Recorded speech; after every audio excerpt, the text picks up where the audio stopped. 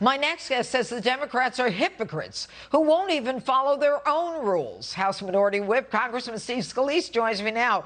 All right, good evening, Congressman. Great to have you here. So what say you, before we even get to whether or not there's a valid reason behind these lockdowns, to law enforcement saying, no, we're not going to do it?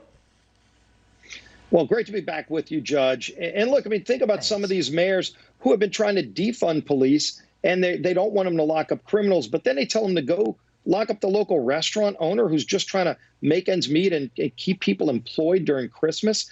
Talk about misplaced priorities of these local leaders, and then they're going to try to dump it all on our hardworking men and women in uniform. So, you know, law enforcement wants to be out there keeping our streets safe. They don't go to work every day so they can go arrest a local restaurant owner. This is ridiculous.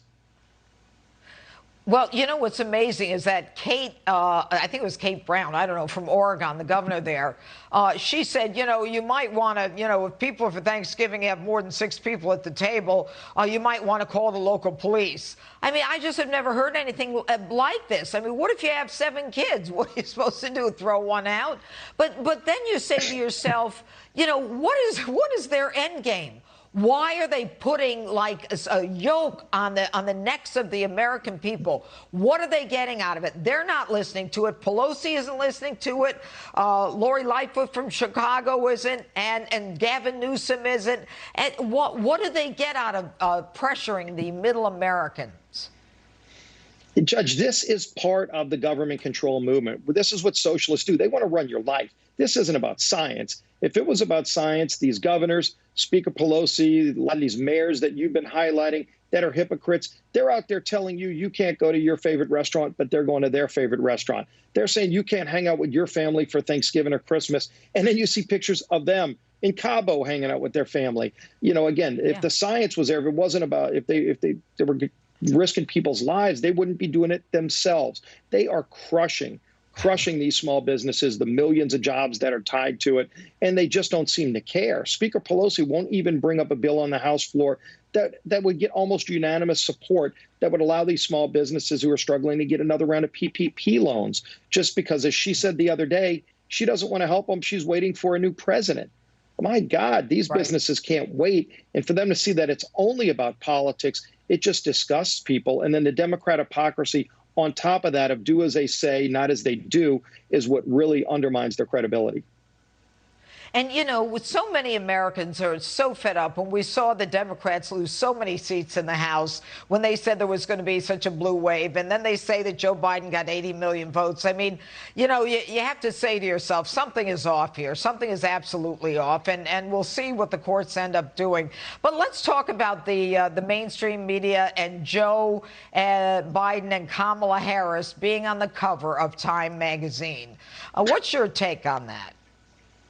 Well, if this doesn't show just how that they were all rooting and cheering for Joe Biden for a year. The whole year they've been trying to get Donald Trump out of office because they don't agree with what he's doing, because he's actually doing what he said he was doing, cleaning up the mess in Washington, got our country back on track. And they've never agreed with that kind of tough America First strategy that worked.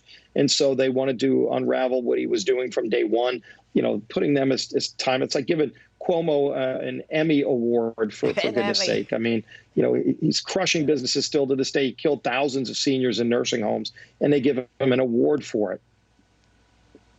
Yeah.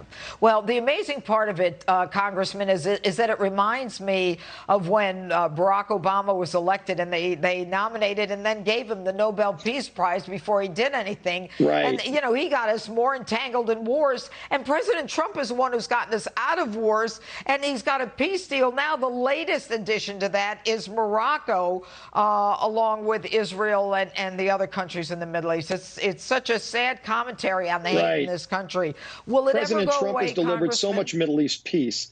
Oh, it needs to go away, but I think people are tuning that stuff out. You know, I don't know how many people will be buying that Time Magazine Person of the Year award compared to maybe 15, 20 years ago, but it's a lot lower number because people have just tuned out the liberal bias. They know it, they see it, and they're tired of it. But look, President Trump should have gotten the Nobel Prize for Peace just for what he did with UAE and Bahrain, and as you said, now Morocco. There are other countries in line as well, because he's actually delivered. He stood by our allies, and he's delivered a more peaceful world. And for that, they hate him. Yes. Because the same people like Congressman John Steve. Kerry, who said there would never be a peace deal, they never know what they're talking about. Yeah, well, they're the haters. Congressman Steve Scalise, thanks so much for being with us this weekend.